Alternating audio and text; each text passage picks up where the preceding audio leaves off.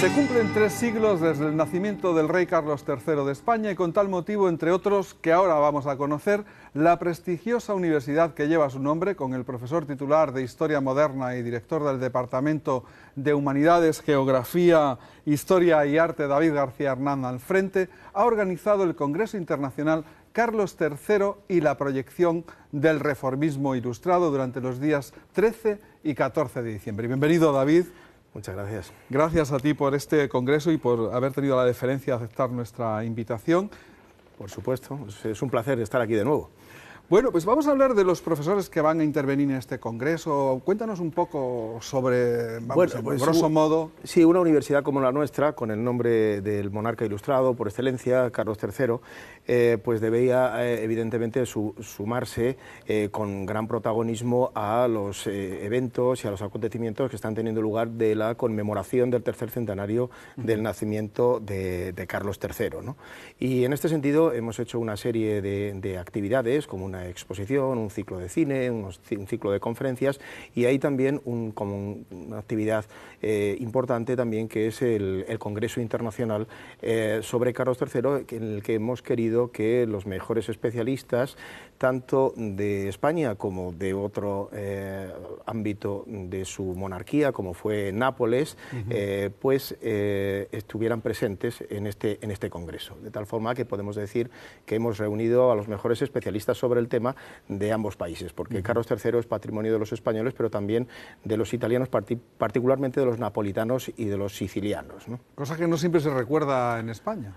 No, la verdad que no, y los años casi desde 1734 a 1759, es decir, un periodo bastante extenso en el que Carlos III fue monarca de esos dominios, Nápoles y Sicilia, fueron unos tiempos realmente importantísimos, ¿no? Y de hecho hoy en día pues se recuerda a esta figura con un gran cariño, y lo he podido constatar personalmente porque varios historiadores hemos estado allí hace poco en un congreso que ha habido sobre Carlo di Borbone, porque para ellos es su rey Carlo di Borbone. Hemos podido constatar este cariño que tienen al monarca, sobre todo por las grandes obras que se hicieron en Nápoles y en Sicilia, ¿no? Particularmente en Nápoles, pues su reinado fue muy fructífero, con un ritmo frenético de actividades desde el punto de vista cultural, también urbanístico, también artístico, realmente espectacular. Es un reinado reformista en Nápoles, realmente extraordinario. Hay que mencionar, por ejemplo, las excavaciones de Pompeya y Herculano, porque Carlos III, entre otros palacios, quiso hacer la Regia di Portici, es decir, el Palacio de Portici, y en las excavaciones de ese palacio se vieron las ruinas de Herculano primero y luego posteriormente las ruinas de Pompeya, y el monarca tuvo la sensibilidad de darse cuenta de lo que eso significaba, ¿no? Estamos hablando hoy en día de unos yacimientos que desde el punto de vista cultural pueden perfectamente asimilarse a grandes museos y grandes obras de la historia de la humanidad, ¿no? Como las pirámides, como las pirámides de Egipto. Claro. Es algo realmente extraordinario, y tuvo la sensibilidad en aquel tiempo de darse. Es curioso porque los monarcas españoles, ha habido monarcas españoles que han tenido esa sensibilidad, de esa conciencia del pasado muy importante. Felipe II es otro monarca en este sentido, fue el que creó el archivo de Simancas, dándose cuenta de la importancia que podía tener esos papeles para los historiadores, y es algo único en el mundo. Somos en este caso pioneros, ¿no? de este tipo de actividades, y sin embargo creo que la sociedad española no sabe valorar esto lo suficiente, porque la historia no está en el lugar que debería estar. De todos modos, David, sí creo yo que por Carlos III popularmente al menos se siente una admiración clara, ¿no? ¿A qué se debe? Bueno, en Nápoles, desde luego, como he dicho antes, ¿no? Sí. No solo los palacios que construyó, el teatro de ópera más antiguo del mundo, el Teatro de San Carlos, que tuve la oportunidad también de estar allí en este congreso, realmente fantástico, extraordinario. La Regia di Caserta, el Palacio de Caserta, que es un Versalles napolitano, realmente extraordinario, y todas las reformas que impuso. En España, menos. En Nápoles más. Nápoles es, como digo, tiene una imagen de él bastante ensalzada, ¿no? En España, quizá menos, pero dentro de esa menor admiración que se tiene por el monarca, sí es verdad que en el elenco tanto de la dinastía de los Austrias como de los Borbones, Carlos III goza de una cierta simpatía, sobre todo por las reformas que fueron realmente inmensas en cuanto a su número y en cuanto a su impacto y en cuanto a la intensidad de las reformas, ¿no? Realmente extraordinario, es el monarca reformista por excelencia, ¿no? Siempre, evidentemente, esto hay que tenerlo muy en cuenta, siempre dentro del antiguo régimen, es decir, siempre dentro de los moldes sociales. El despotismo ilustrado, claro, ¿no? Es decir, no hay que olvidarse que fue un monarca autoritario, un autócrata, ¿no? Bueno, pero apoya de alguna manera, indirectamente, ¿no?, bajo cuerda, la independencia de los Estados Unidos de Inglaterra. Sí, bueno, lo apoya por las relaciones internacionales esencialmente europeas, ¿no? Es decir, Carlos III firma el llamado Tercer Pacto de Familia, que es un pacto en el que se da cuenta de que el principal enemigo, sobre todo para las colonias españolas, es Inglaterra, y entonces firma el Pacto de Familia, porque es la misma dinastía, los Borbones, con Francia, ¿no? Entonces eso lleva a la guerra, que fue resultados desastrosos en la intervención en la Guerra de los 7 años, pero sin embargo luego también en la guerra se renueva ese pacto con la guerra de los Estados Unidos, la guerra de la rebelión de las colonias, ¿no?, contra los británicos, ¿no?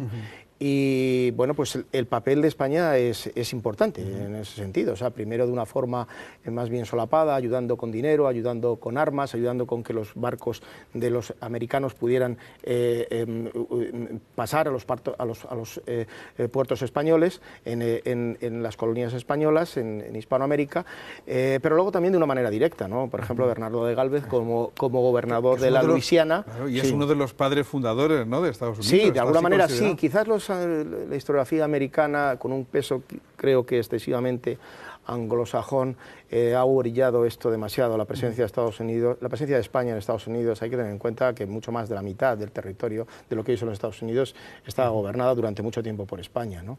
Bernardo Gálvez en esos momentos era gobernador de la Luisiana y luchó contra los británicos en Florida, y conquistó la batalla de Pensacola, por ejemplo, fue un hecho muy importante, pues conquistó la parte de la Florida occidental, y eso fue muy importante y tuvo su peso para que al final Estados Unidos pudiera, una declaración de independencia que había hecho pocos años antes, pudiera hacerla efectiva derrotando a los británicos, ¿no? Es decir, y ahí la participación española fue importante, y luego el Tratado de Versalles posterior, en 1783, pues permitió que se recuperara Menorca, que estaba en manos de los ingleses. No se consiguió que se devolviera Gibraltar, pero bueno, al fin y al cabo tuvo unos resultados en principio favorables para España. Y digo en principio porque a la larga el ayudar a los americanos tuvo unas consecuencias importantes, en el sentido de que desde el punto de vista ideológico significaba dar la razón a los oriundos, los nativos americanos, contra la metrópoli, contra el poder colonial. Y evidentemente, aunque varios años después, a principios del siglo XIX, en todo el proceso de las independencias americanas, eso se manifestaría, tuvo una especie de efecto boomerang, ¿no?, porque se manifestaría en contra de la propia posición española, porque tenía poco que argumentar en favor de unos americanos que se estaban rebelando contra el poder colonial, cuando España lo había hecho unos años antes, ¿no?, apoyando a los rebeldes norteamericanos, ¿no? Oye, y dentro de España, las reformas de Carlos III, que como has dicho antes, fueron inmensas en número y en calado, ¿qué destacarías? Bueno, pues sí, uno no tiene nada más que ir a la Puerta del Sol y darse cuenta en la estatua ecuestre que hay de Carlos III, y empezar a dar en la inscripción votiva que hay desde la base de esa estatua, de la cantidad de reformas que hay. Son realmente impresionantes, ¿no? Desde las poblaciones de Andalucía, en Sierra Morena y de Andalucía, con los apellidos alemanes que hay hoy, por ejemplo, en la Carolina, vinieron de distintas partes, de Baviera, ¿no?, de distintas partes de Europa.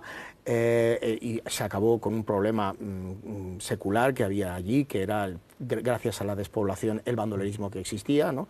y se dio un impulso económico a esta zona muy importante. El sistema radial de caminos de aquel entonces se inició con Carlos III, el sistema de correos, o sea, el servicio de correos, por ejemplo, es decir, una serie de reformas en la administración también realmente importante, la reforma militar de Carlos III, por ejemplo, que ha llegado hasta el siglo XX, es decir, la liberalización del comercio con América, es decir, la ruptura de ese pesado lastre que era el monopolio colonial. La liberación en 1768 del comercio con América tuvo unos resultados realmente extraordinarios, ¿no? Pues sacándose de ese lastre tan tremendo, de esa utilización mala de esa política económica excesivamente mercantilista, ¿no? del monopolio español, ¿no?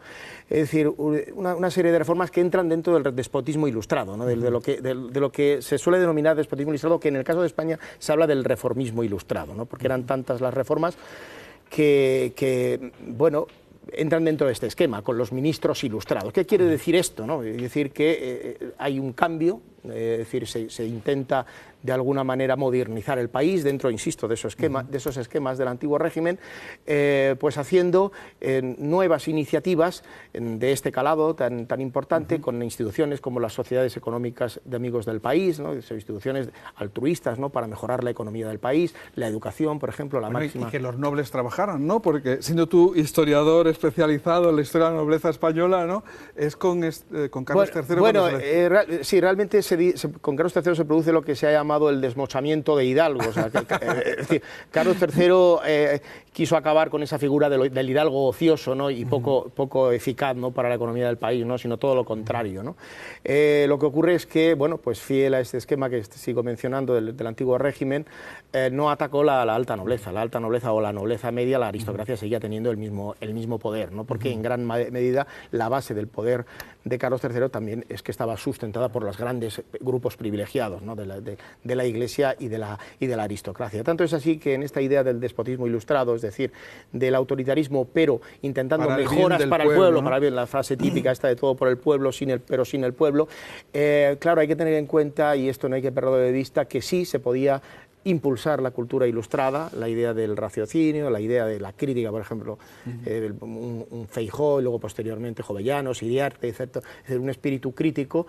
Pero en cuanto ese espíritu crítico tocaba lo más mínimo del autoritarismo real, ahí se frenaba el autoritarismo. Eso hay que tenerlo en cuenta también, ¿no? Oye, una última pregunta, que me están diciendo que hemos terminado ya, pero no me resisto a hacértela, ¿no? Que es el título, ¿no? Carlos III y la proyección del reformismo ilustrado. ¿Por qué esa proyección llega hasta nosotros? Claro, ¿no? Lo que hemos querido hacer en el Congreso es dar una revisión del monarca, hacer una revisión historiográfica del monarca, pero pensando sobre todo en lo que ha llegado hasta nuestro presente. Es decir, el reinado de Carlos III no es algo que está en un museo y es algo de lo que tenemos que olvidarnos, sino todo lo contrario. Ha llegado es más, es un espacio para la reflexión y pensar lo bueno que haya podido tener ese reinado y por ejemplo, la reflexión ilustrada, la importancia que tiene el estudio, la educación, por ejemplo, dar la mayor educación posible a la mayor cantidad de gente posible. Todas estas ideas nos tienen que hacer reflexionar. En este sentido, pues contamos con historiadores españoles, italianos, tenemos varios conciertos,